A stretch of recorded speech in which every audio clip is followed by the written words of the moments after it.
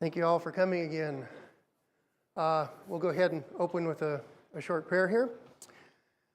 Our Father in heaven, we do thank you for this day that you've given us, and we thank you for you coming to us and communicating your nature and who you are.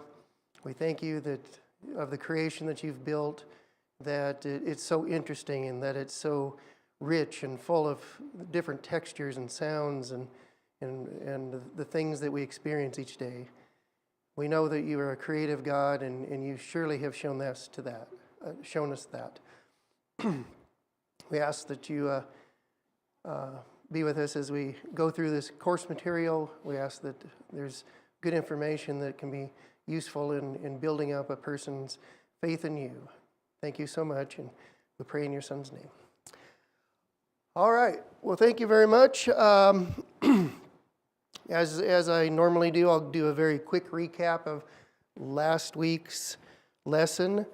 We started looking at the two main competing cosmological arguments, which, of course, is the theory of creation and the theory of evolution. We considered some of the common scientific terms or definitions, which would include facts, laws, theories, hypotheses, and assumptions. Facts are those observable, measurable events or occurrences. They're kind of the whats.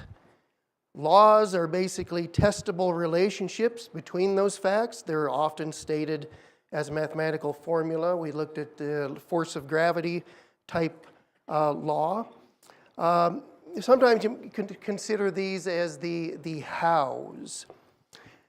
We looked at theories. Theories are frameworks, bringing together those facts, those laws, assumptions, and they are there to provide explanations, and they're there to give us the whys. Theories should be able to give us predictions as well. Hypotheses are ideas. Sometimes they're formal, and other times they're a little more informal. They are often the seeds and components of theories.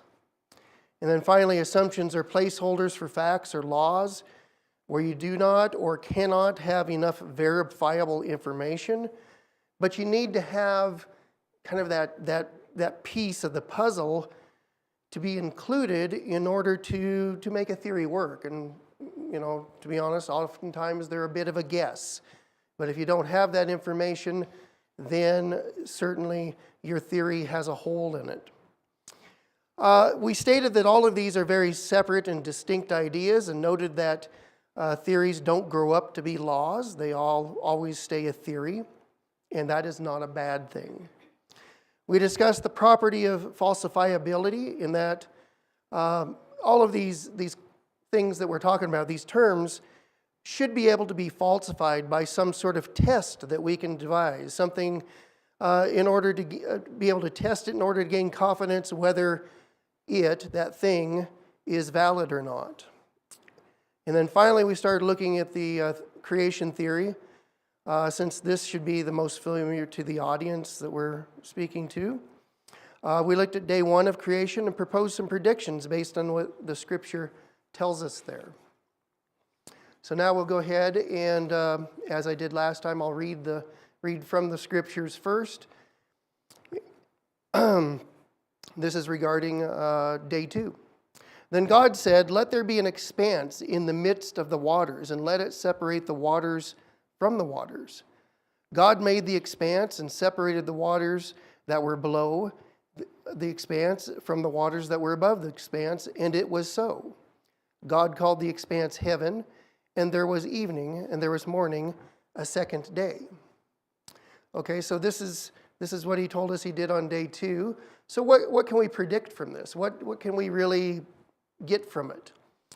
Well, God separated the waters, what everybody pretty much interprets as the atmosphere.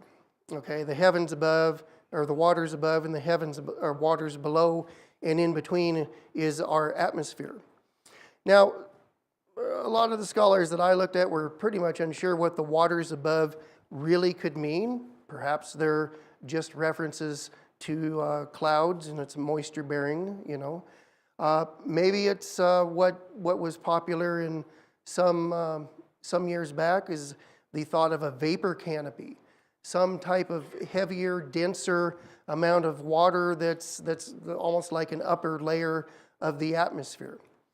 Or alternatively, it could be a very dense atmosphere, meaning that the air pressure that we experience today at sea level is 14.7 pounds per square inch, roughly. Perhaps at that time it was higher. One particular benefit to maybe a dense atmosphere is what you currently do if you go into some of the hospitals or treatment centers. You can take on hyperbaric oxygen treatment, right? And what they do is they put you in a big tube and then pump up the pressure. And that often promotes wound healing because more oxygen is being forced into your cells. It enhances athletic performance, improves brain function, reduces symptoms of chronic illnesses, treats diving injuries, has anti-inflammatory effects. So these are the kind of things that hyperbaric oxygen therapy is good for.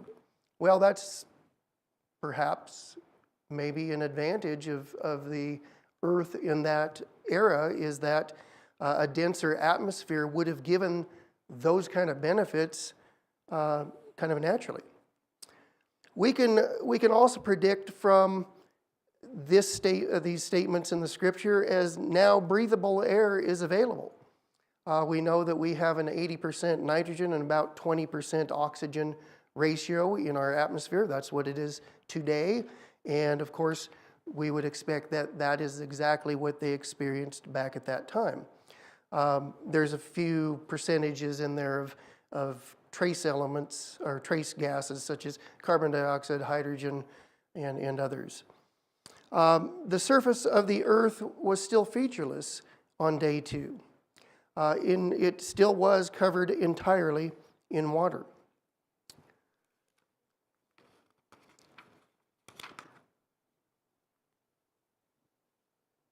Not going forward.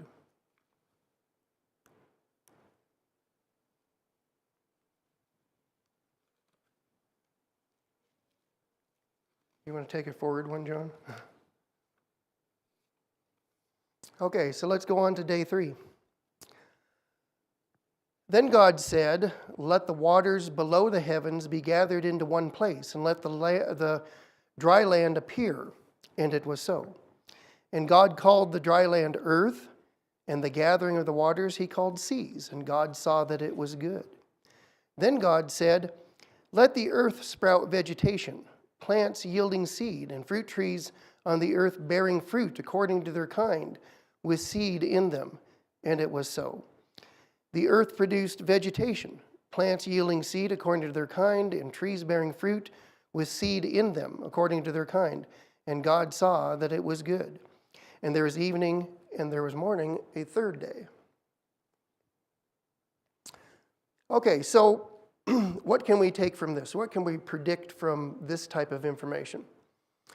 Well, first, God rapidly and supernaturally raised the initial continent, or maybe there was more than one continents, or at least islands. We don't know for sure the original arrangement of the land masses. Pretty much everybody agrees it's more along the line of, you've heard of the continent of Pangaea.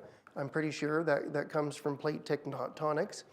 And it's where if you take South America, you can kind of put it into the corner of Africa, and you can take North America and kind of sidle it up alongside Europe, and then you can take Australia and move it around. And if you do that, it's like kind of a shuffle game of continents. You end up with one large landmass, and when you break that apart through a plate tectonic type action, you would then move those continents to the places that you find them now.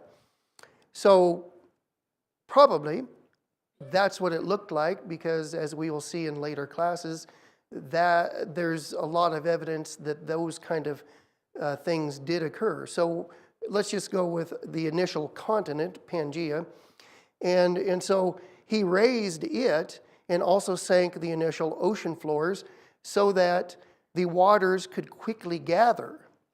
And I put in here, when they gathered, that doesn't indicate that God just flew them into their place. It really, to me, seems like those waters were running off of the continents. And so as God was raising the continental crusts, you would expect that some erosive actions would occur. Water in motion is highly erosive, according, if you look at mud flows, if you look at tsunamis, if you look at landslides caused by lots of rain, you can see it cuts through solid rock quite easily. And so you would expect that from the gathering of those initial waters into the oceans, that it would leave behind evidence of some type of erosive activity or erosion activity. This all happened in one day, so that was very, very fast. He dried the land out. He created soil layers, and with those soil layers, because he's actually then going on and creating fully formed and mature plants, there would also be the supportive microbiome that is necessary for those plants to be there.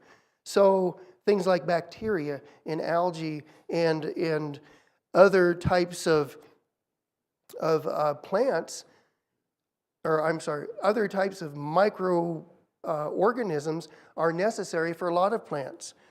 Some of these plants are dependent on nitrogen-fixing bacteria. Those include legumes, mosses, aquatic ferns, legumes which are like beans, peas, lentils, chickpeas, peanuts, and soybeans.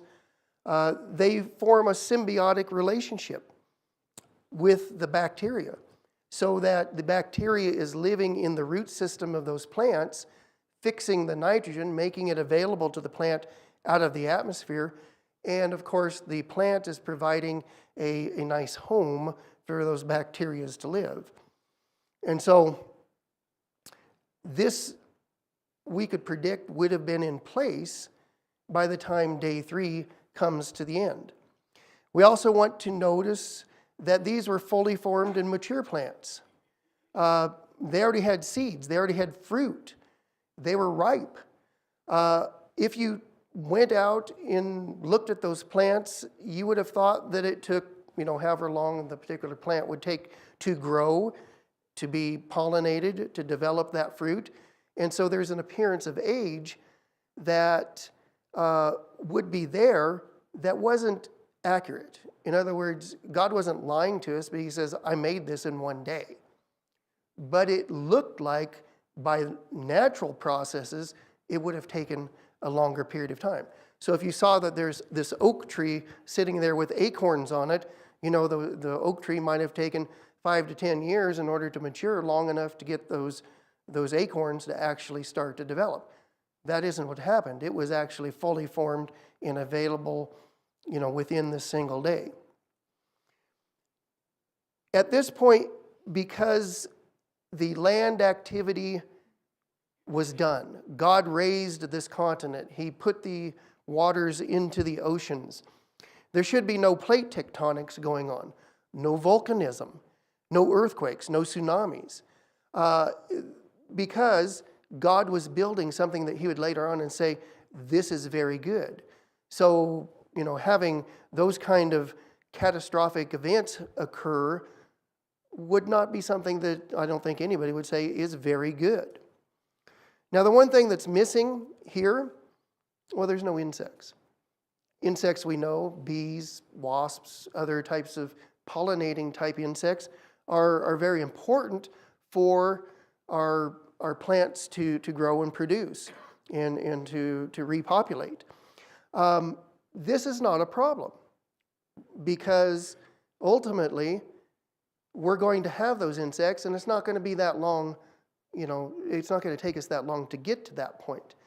However, under the day-age theory, this is a big problem because how can we have these plants occur on day 3 and then have to wait millions and millions of years for the insects to occur on a subsequent day? those plants would have died, many of them. And so with that, the creation theory here predicts that it's okay for an apple tree to wait a few days if in case it needs to be pollinated. So let's go on to day 4. Then God said, "Let there be lights in the expanse of the heavens to separate the day from the night, and they shall serve as signs, and for seasons, and for days and years. And they shall serve as lights in the expanse of the heavens to give light on the earth." And it was so. God made the 2 great lights, the greater light to govern the day and the lesser light to govern the night. He made the stars also. God placed them in the expanse of the heavens to give light on the earth, and to govern the day and the night, and to separate the light from the darkness. And God saw that it was good. And there was evening and morning, a 4th day. So what can we say about this? Well, God created the sun and the moon, of course, because that is the greater light and the lesser light. And they were made in order to replace the temporary light that was created on day 1. The sun was to provide light during the day and the moon at night, naturally. And as we suspect, time must have already existed, because he points out that I made them to serve to mark the passing of time, the signs, seasons, days, and years. Light and darkness was defined as the presence or absence of light, something that could be observable by mankind. We know that the day was already in effect because God spun the earth up on day 1, so that as the earth turns and one side gets exposed to the sun and the other side is not, that's what we interpret as day or night. Additionally, we can predict from this that tidal action would be in place at this time because of the moon's gravity. The tides, ebb and flow because of the rotation of the earth in reference to the moon, and also, of course, the moon in orbit around the earth. This is very important for life because it stirs the oceans, and so that they don't become stagnant. Okay, if we didn't have the moon, our oceans would be very, very different because they would start to stagnate. It's interesting to note that there's only 2 planetary systems in our solar system that have the ratio of the size of the planet to at least one of its moons similar to the Earth and the moon. The moon is very large compared to planet Earth than, say, one of the moons of Jupiter is to itself. The only one that comes close is Pluto. Pluto and the Charon being the moon, are similarly sized. Pluto's a smaller planet, of course, way out there, it's frozen, and so we don't have an ocean to stir. But Charon is proportionally about the same size as Earth is to moon. That makes the Earth quite unique in the solar system, because all the other planets, their moons are tiny compared to the planet. And we need that gravity from the moon to actually do what I just said, stir the oceans. We know on day 4 that meteorological processes would have been started due to the sun, to the rotation of the earth, the heating and cooling of the atmosphere, heating and cooling of the landmass, and now the oceans as well. Rivers and other erosional processes would also begin because now we actually have land for a river to flow through. Going to day 5. Then God said, "Let the waters teem with swarms of living creatures, and let the birds fly above the earth in the open expanse of the heavens." And God created the great sea creatures and every living creature that moves, with which the waters swarmed according to their kind, and every winged bird according to its kind. And God saw that it was good. God blessed them, saying, "Be fruitful and multiply, and fill the waters and the seas, and let birds multiply on the earth." and there was evening, and there was morning a fifth day. Are you doing that, John, for me?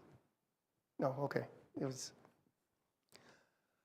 So for day 5, what can we predict from this? Well, we see that all sea life was created. Fish, aquatic mammals, and sunlight, of course, from the day before is now available for the more micro type climate or ecosystem that you find within the ocean, the photoautotrophs, which are bacteria, or they're plankton, the algae and things like that. So I put up on the screen there kind of the hierarchy of the different beasties that live out in the ocean, from the aquatic plants and again those planktons and things, up through the fishes and up through the larger creatures. It's kind of the food chain of the ocean there. Well, that was all established and complete on this day. All birds were created. They already had plants and seeds and fruit available for food that was provided on the day before. And so we see that God is creating the sequence of creation here is something that he's building on in order to get to the, of course, end product. Of note, the law of biogenesis was established on this day. The law of biogenesis is something that we'll probably talk about again in the future here. But what it says is that types, if you have an animal or a plant of a particular type, it will produce an animal or plant of that very same type, okay? In other words, if you have 2 cows, they're going to make little baby cows. If you have 2 sheeps, they're going to make little baby sheeps. You won't expect to have 2 pigs, come up and have baby zebras. That's just not something that you see out in nature. We've never seen that. And so we've found that because this is now termed a law, we have observed this through the centuries to be true, and we've never found anything that is contrary to that. Now, some people may point to, well, yeah, but we've got these hybrids. You can take a donkey and a horse and get a mule. That's very true. You can take a horse and a zebra and get I don't know the name of it, it's a Z-horse. A zorse, okay. Those animals, yes, they're living, breathing, they work, but they're also sterile. You can't take 2 zorses or two mules and breed them together and get baby mules or baby zorses. There's some animals that are very close in their DNA to actually generate viable offspring, but those viable offspring, it's a dead end. And we see this in plants as well. All these hybrid plants that that the farmers plant around here, very same thing. You can't take hybrid plant seeds and expect to get plants the next season. You have to actually go back to the parents. Okay, so law of biogenesis, that was established. One other thing that we can take from day 5 is that you notice that life was fully formed. The entire food chain of the oceans and the rivers was completely established. It was established in one day, and life literally exploded onto the planet. It didn't come about by gradual changes. So, we end up that, again, types, I have here, types are not species. Types are a higher level, higher grouping of ants, plants or animals. But we have these types that God initially created, fully formed, adult-sized, doing their thing, and he said, go out, be fruitful and multiply and fill the oceans, fill the rivers, fill the skies. And there wasn't any, hey, I'm starting as a lesser form and working my way up to this fully formed thing. we should see perhaps evidence of that, and we'll look at those things later on. That is not to say that their variations within types are not to be expected. In fact, the types are kind of whatever God created initially would have been kind of the generic version of the whole type. Let's take the dog family. We've got wolves, we've got the domestic dog, we've got coyotes. Foxes are not part of that. They're a different type of animal. I think there's another one in there. We've got that generic type of animal. You can interbreed dogs and wolves. You can interbreed coyotes and wolves and dogs and coyotes, and you get viable offspring from that. So that is a type. Yet you can see, specifically dogs with 350 odd different species of dogs, that there's variations within that. So when God said, he made all of these types on the planet, you would expect, you would predict that those types would start to specialize or specialize. There's speciation. That's a mouthful right now. and start to go from, you get dachshunds and you get Great Danes and you get other types of dogs they look very different, but they're still very much all in the dog family there. Got to make sure I stay on track here. So let's go with day 6. Then God said, "Let the earth produce living creatures according to their kind, livestock and crawling things and animals of the earth according to their kind." And it was so. God made the animals of the earth according to their kind, and the livestock according to their kind, and everything that crawls on the ground according to its kind. And God saw that it was good. Then God said, "Let us make mankind in our image, according to our likeness, and let them rule over the fish of the sea, and over the birds of the sky, and over the livestock, and over all of the earth, and over every crawling thing that crawls on the earth." So God created man in his own image. In the image of God, he created him, male and female, he created them. So, what can we predict from this? Well, first of all, now we're getting into the air-breathing, land-based animals. So he created the different types of animals that live on the land: mammals, reptiles, amphibians.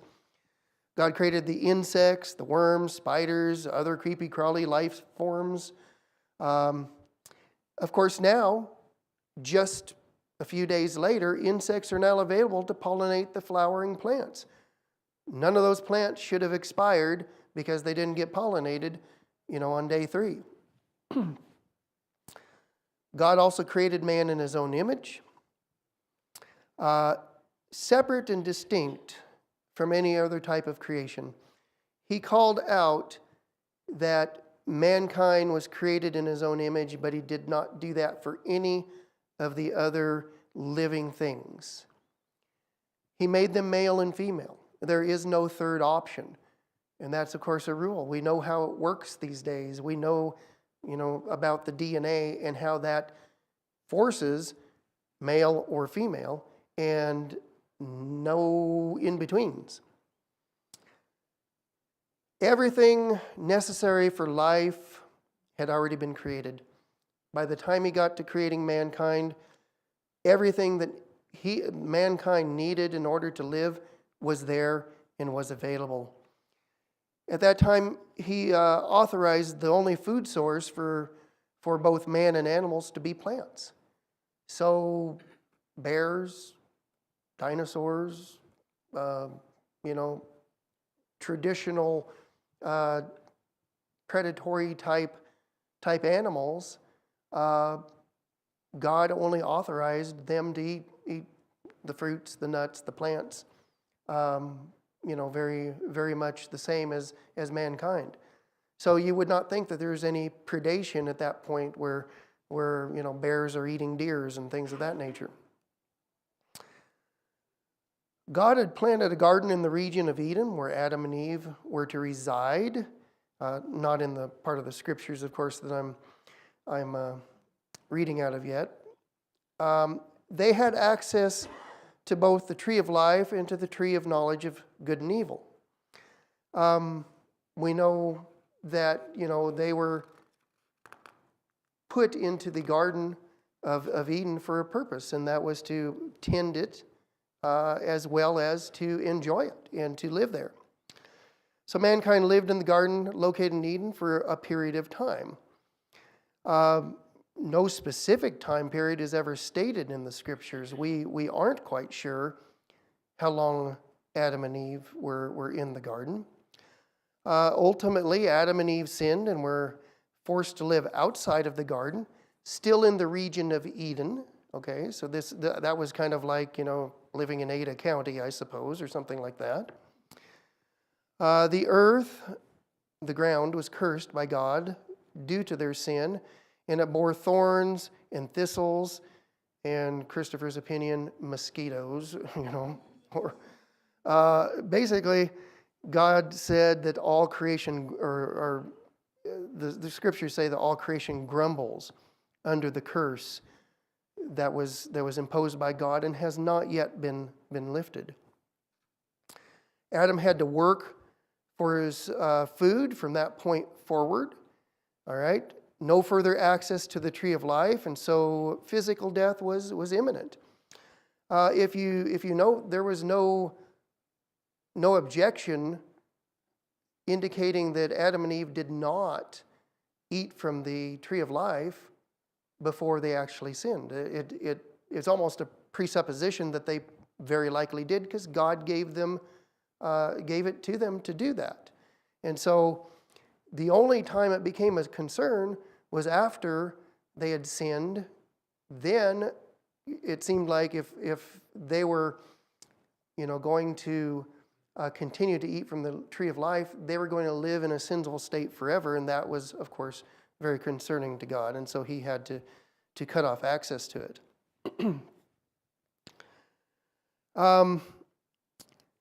From that point forward, society started to degenerate until every thought was continually on evil. And here we're talking from day 6, of course, is when Adam and Eve were created, to the year 1656 AM. You guys may not be familiar with that, what AM stands for. You're probably very familiar with AD. That is short for Latin words, Anno Domini,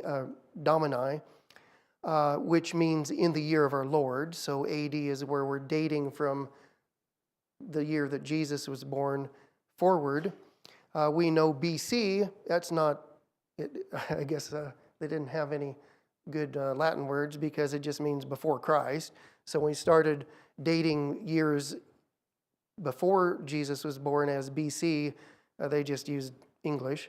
So BC is before Christ.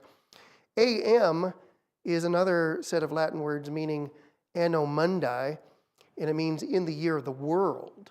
So this is from the year that the world starts. So the first day of creation, the first year of creation. So this particular part is from day 6 of when the world was created out to the year 1656 AM, which means 1656 years later after the world was created.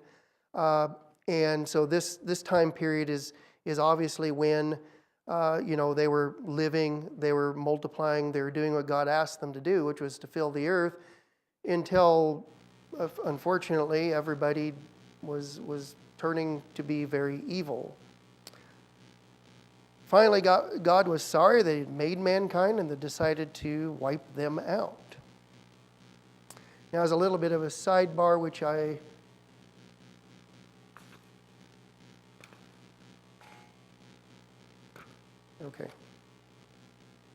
We will be stopping with this sidebar.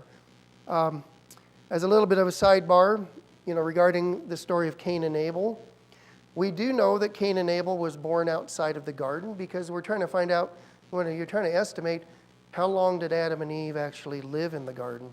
It's not clear. We know Seth was born after Cain and after Abel, of course. At that time, we're told that Adam was 130 years old. So the absolute upper limit for Adam and Eve living in the garden has to be somewhat less than 130 years. And a couple of things we can look at is that Cain and Abel and Seth are recorded children. We do know Adam and Eve had other children. We are, having to think, well, Adam and Eve were viable people starting at day 6. I've got to think that they're not going to wait around until they ate of the, tree of knowledge of good and evil and they're actually living outside of the garden to start having kids. If I was Adam, probably wouldn't be that long. Okay. But nonetheless, what we do know is there are 3 children recorded for us, and it's very likely that Cain and Abel were not the first children of Adam and Eve. There were probably, brothers and sisters born before them, because when Cain, had to leave after killing Abel, he went over to the land of Nod, an adjacent county, I suppose, and he found his wife there. Well, who was the wife? It wasn't that God created other people. We know that all people came from Adam and Eve. So what he found over there was some other brothers and sisters, or maybe nieces or nephews, and he took one of them as his wife. So they had to have been born before him, or at least somebody had to be born before him, such that he'd be able to go over there and find a wife. So consequently, if you think about the upper limit of being 130 years, an average rate of having a child is about 2 to 2.5 years. I mean, some people do it in maybe 18 months, a year and a half. It takes time for the mom to recover, and be ready to have another child. And there's absolutely no reason to suspect that Grandma Eve was not any different than that. So if you take that 130 years and say, hey, it's every two years or so, you're going to get 50-ish possible direct children from Adam and Eve by the time Seth comes around, giving the possibility for Cain to be able to go find a wife. And he very likely was, certainly not the first, and maybe not even one of the, the 10 or 12 that came before him. He might have been quite a ways down the line. We don't know that. That's just speculation, of course. But if you also count in the fact that, in a 130-year period, your children are going to grow up and start having children, then older brothers and sisters of Cain would very likely have children of their own, and so there would be nieces and nephews that maybe he could pick from in order to have his wife. So there could have been, maybe even up to 100 people on planet Earth by the time Seth is actually born. So we'll stop right there since we just ran out of time, and we'll continue this, and then we will get, hopefully through most of this, plus start into the theory of evolution and what it tells us in the next lesson here. So thanks very much.